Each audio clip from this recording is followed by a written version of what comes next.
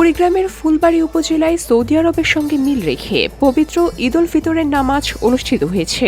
শুক্রবার সকাল ৯টায় ফুলবাড়ী সদর ইউনিয়নের জেলেপাড়া আহলে হাদিস জামে মসজিদ প্রাঙ্গণে এ জামাত অনুষ্ঠিত হয়।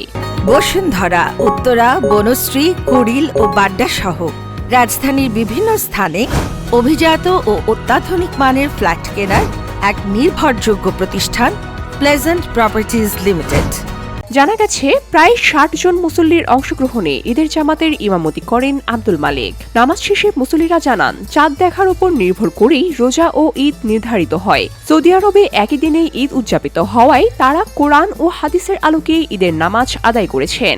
এ সময় তারা প্রশাসন ও গণমাধ্যম কর্মীদের প্রতি কৃতজ্ঞতাও প্রকাশ করেন। তাই কোরআন এবং হাদিসের বর্ণনা অনুযায়ী পৃথিবীতে কোথাও চাঁদ দেখা গেলে সারা বিশ্বে রমজান চন্দ্র মাস শুরু হয়ে যায়। তাই গতকাল সৌদি আরব তথা মিডল ইস্টে চাঁদ দেখা গিয়েছে, যা নির্ভরযোগ্য সূত্রে আমরা জানতে পেরে আজকে আমরা ঈদের নামাজ পড়েছি।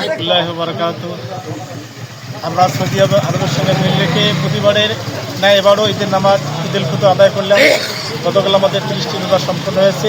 আমরা দীর্ঘদিন থেকে এই ফুলবাড়ী জেলেপাড়া মসজিদ ঈদগাহের মাঠে সৌদি আরবের সাথে মিল রেখে আমরা ঈদের সালাত আদায় করতেছি।